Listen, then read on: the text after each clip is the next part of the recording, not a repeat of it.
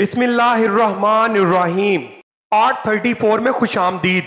Last part میں آپ کو بتایا گیا کہ کیسے یہودی عالموں نے 3 سوالات نبی پاک صلی اللہ علیہ وسلم سے پوچھنے کا کہا، جس میں سے ایک سوال یہ تھا کہ اصحاب کہف کون ہے، جس کے بارے میں لاسٹ پارٹ میں آپ کو کچھ بتایا گیا، جو کہ جب غار سے اٹھے تو 309 سال ہو چکے ہوئے تھے اور اپنی بالکل صحیح سلامت حالت میں تھے۔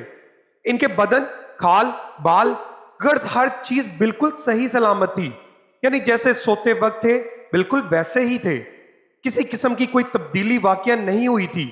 وہ آپس میں کہنے لگے، کیوں بھائی، بھلا ہم کتنی دیر تک سوئے رہے ہیں؟ ایک نے جواب دیا، ایک دن یا اس سے بھی کم۔ یہ بات اس نے اس لیے کہی تھی کہ وہ صبح کے وقت سوئے تھے اور جب جاگے تو شام کا وقت تھا، اس لیے انہوں نے یہی خیال کیا کہ وہ ایک دن یا اس سے کم سوئے ہیں۔ پھر ایک نے یہ کہہ کر بات ختم کر دی، اس کا درست علم تو اللہ کو ہے۔ اب انہیں شدید بھوک پیاس کا احساس ہوا۔ انہوں نے سوچا بازار سے کھانا منگوانا چاہیے۔ پیسے ان کے پاس تھے، ان میں سے کچھ وہ اللہ کے راستے میں خرچ کر چکے تھے، کچھ ان کے پاس باقی تھے۔ ایک نے کہا، ہم میں سے کوئی پیسے لے کر بازار چلا جائے اور کھانے کی کوئی پاکیزہ اور عمدہ چیز لے آئے، اور جاتے ہوئے اور آتے ہوئے اس بات کا خیال رکھے کہ کہیں لوگوں کی نظر اس پر نہ پڑ جائے۔ سودا خریدتے وقت بھی ہوشیاری سے کام لے، کسی کی نظروں میں نہ آئے۔ اگر انہیں ہمارے بارے میں معلوم ہو گیا تو ہماری خیر نہیں، دقیانوس کے آدمی ابھی تک ہمیں تلاش کرتے پھر رہے ہوں گے۔ چنانچہ ان میں سے ایک غار سے باہر نکلا۔ اسے تو سارا نقشہ ہی بدلا نظر آیا۔ اب اسے کیا معلوم تھا کہ وہ 309 سال تک سوتے رہے ہیں۔ اس نے دیکھا کوئی چیز اپنے پہلے حال میں نہیں تھی۔ شہر میں کوئی بھی اسے جانا پہچانا نظر نہ آیا۔ یہ حیران تھا، پریشان تھا اور ڈرے ڈرے انداز میں آگے بڑھ رہا تھا۔ اس کا دماغ چکرا رہا تھا، سوچ رہا تھا، کل شام تو ہم اس شہر کو چھوڑ کر گئے ہیں، پھر یہ اچانک کیا ہوا؟ جب زیادہ پریشان ہوا تو اس نے اپنے دل میں فیصلہ کیا، مجھے جلد از جلد سودا لے کر اپنے ساتھیوں کے پاس پہنچ جانا چاہیے۔ آخر وہ ایک دکان پر پہنچا، دکاندار کو پیسے دیے اور کھانے پینے کا سامان طلب کیا۔ دکاندار اس سکے کو دیکھ کر حیرت زدہ رہ گیا۔ اس نے وہ سکہ ساتھ والے دکاندار کو دکھایا اور بولا، بھائی ذرا دیکھنا یہ سکہ کس زمانے کا ہے؟ اس نے دوسرے کو دیا۔ اس طرح سکہ کئی ہاتھوں میں گھوم گیا، کئی آدمی وہاں جمع ہو گئے۔ آخر انہوں نے اس سے سوال پوچھا، تم یہ سکہ کہاں سے لائے ہو؟ تم کس ملک کے رہنے والے ہو؟ جواب میں اس نے کہا، میں تو اسی شہر کا رہنے والا ہوں، کل شام ہی تو یہاں سے گیا ہوں۔ یہاں کا بادشاہ دقیانوس ہے۔ وہ سب اس کی بات سن کر ہنس پڑے اور بولے، یہ تو کوئی پاگل ہے، اسے پکڑ کر بادشاہ کے پاس لے چلو۔ آخر اسے بادشاہ کے سامنے پیش کیا گیا۔ وہاں اس سے سوالات ہوئے، اس نے تمام حال کہہ سنایا۔ بادشاہ اور سب لوگ اس کی کہانی سن کر حیرت زدہ رہ گئے۔ آخر انہوں نے کہا، اچھا ٹھیک ہے، تم ہمیں اپنے ساتھیوں کے پاس لے چلو، وہ غار ہمیں بھی دکھاؤ۔ چنانچہ سب لوگ اس کے ساتھ غار کی طرف روانہ ہوئے۔ ان نوجوانوں سے ملے اور انہیں بتایا کہ دقیانوس کی بادشاہت ختم ہوئے 3 صدیاں بیت چکی ہیں اور اب یہاں اللہ کے نیک بندوں کی حکومت ہے۔ بہرحال ان نوجوانوں نے اپنی بقیہ زندگی اسی غار میں گزاری اور وہیں وفات پائی۔ بعد میں لوگوں نے ان کے اعزاز کے طور پر پہاڑ کی بلندی پر ایک مسجد تعمیر کی تھی۔ ایک روایت یہ بھی ہے کہ جب شہر جانے والا پہلا نوجوان لوگوں کو لے کر غار کے قریب پہنچا تو اس نے کہا، تم لوگ یہیں ٹھہرو، میں جا کر انہیں خبر کر دوں۔ اب یہ ان سے الگ ہو کر غار میں داخل ہو گیا۔ ساتھ ہی اللہ تعالیٰ نے ان پر پھر نیند طاری کر دی۔ بادشاہ اور اس کے ساتھی اسے تلاش کرتے رہ گئے، نہ وہ ملا اور نہ ہی وہ غار انہیں نظر آیا۔ اللہ تعالیٰ نے ان کی نظروں سے غار کو اور ان سب کو چھپا دیا۔ ان کے بارے میں لوگ خیال ظاہر کرتے رہے کہ وہ 7 تھے، 8واں ان کا کتا تھا، یا وہ 9 تھے، 10واں ان کا کتا تھا۔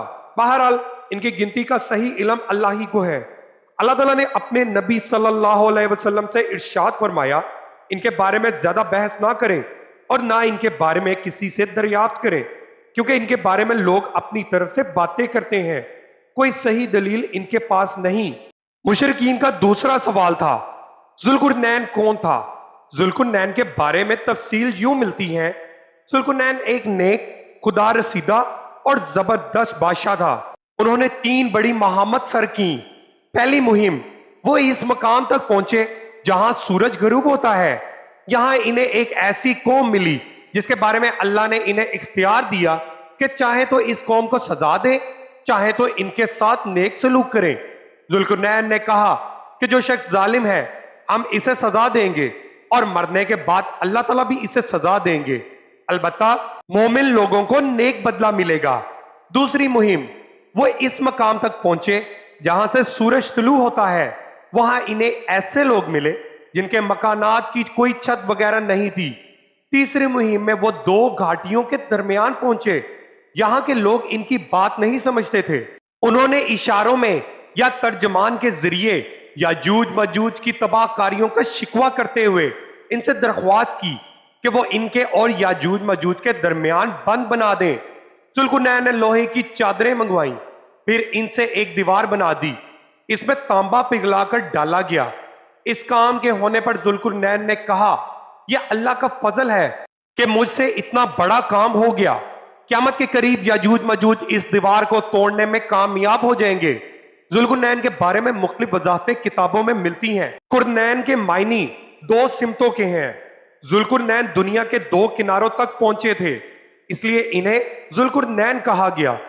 بعض نے قرن کے معنی سینگ کے لیے ہیں، یعنی 2 سینگوں والے۔ ان کا نام سکندر تھا، لیکن یہ یونان کے سکندر نہیں ہے جسے سکندر اعظم کہا جاتا ہے۔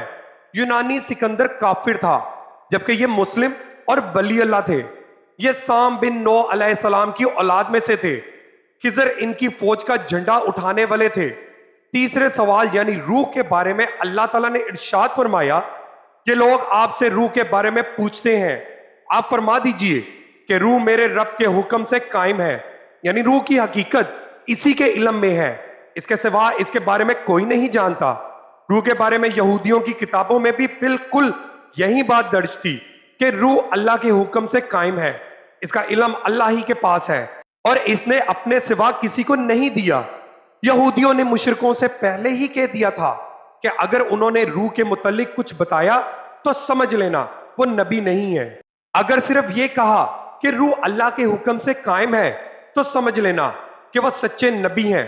آپ نے بالکل یہی جواب ارشاد فرمایا۔ لگے ہاتھوں یہاں ایک واقعہ بھی سن لیں۔ جب مسلمانوں نے ہندوستان فتح کیا تو ہندو مذہب کا ایک عالم مسلمان عالموں سے مناظرہ کرنے کے لیے آیا۔ اس نے مطالبہ کیا، میرے مقابلے میں کسی عالم کو بھیجو۔ اس پر لوگوں نے امام رکن الدین کی طرف اشارہ کیا۔ انشاءاللہ نیکسٹ پارٹ آپ کی خدمت میں کل پیش کریں گے اور اس واقعے کی تفصیل بھی بتائیں گے۔ ویڈیو کو لائک ضرور کریے گا اور اپنی قیمتی رائے کمنٹ سیکشن میں ضرور دیجیے گا۔